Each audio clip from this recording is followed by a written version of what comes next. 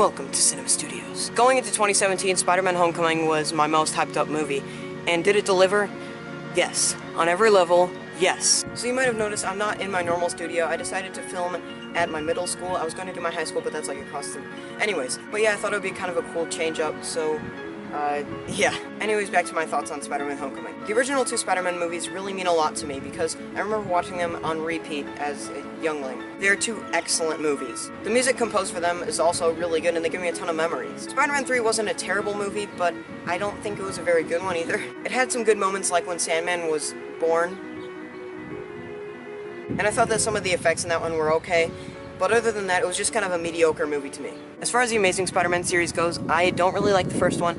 I think that the score and the effects and sometimes the visual style looks really cool. But other than that, the writing is really bad and the suit is quite horrible. See that Amazing Spider-Man, Peter Parker?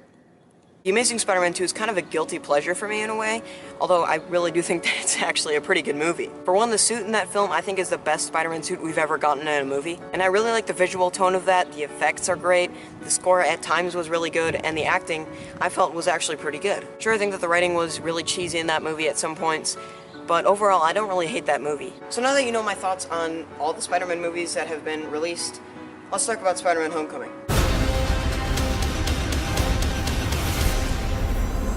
The casting is beyond perfect to me. I think Tom Holland really is Spider-Man. By saying Tom Holland is Spider-Man, I don't mean that he's, like, literally Spider-Man.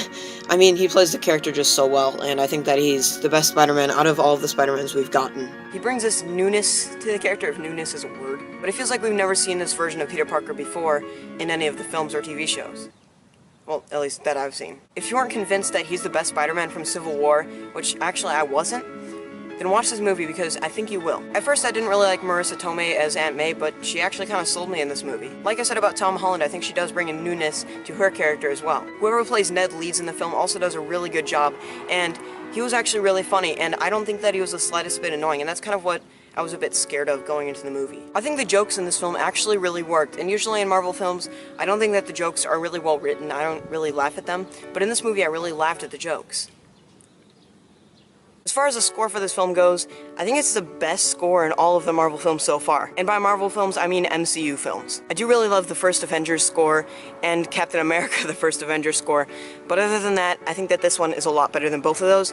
It's just a really great score. I think that the score for this movie actually brought the movie kind of more together and made it more kind of cohesive, I guess. It helps you feel the emotion better, and usually Marvel films don't really do that. If I had a nickel for every time I just said score. That being said, I don't think it's anywhere near as good as Danny Elfman's Spider-Man score, but that's not gonna say that it's a bad score.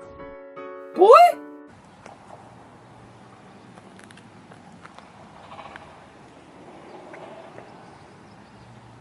I was gonna do this angle, but then I realized how awkward of an angle this is.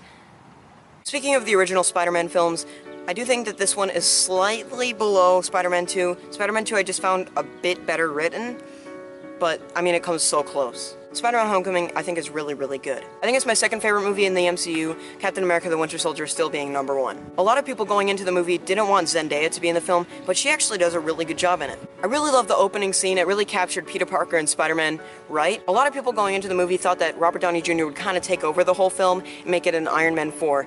But honestly, it's just basically a cameo, maybe a bit more than a cameo, but he's barely in the movie, to be honest. And when he is in the movie, it's for a reason, and he does a really good job. You could tell that he was having a lot of fun in his role. Spoiler warning! So I think that the Iron Spider tease at the end was actually pretty good. It didn't force it. They didn't even say it was an Iron Spider suit, but I think it's basically confirmed now that it is. I was actually kind of confused if it was or not. But anyways.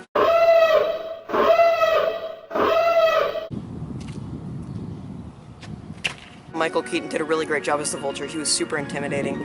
And I think that overall he just did a really good job. Really my only complaint with this movie is that I think there's a tad too much CGI, and I'll give it a 9.5 out of 10. Tell me if you guys want more of like this whole background thing, just going to different places and filming. I think that it's kind of a lot cooler. It makes it a bit more interesting than, you know, my regular studio. I really hope you guys enjoyed this video. If you did, don't forget to like, comment, and subscribe, and I'll see you... Wait, what?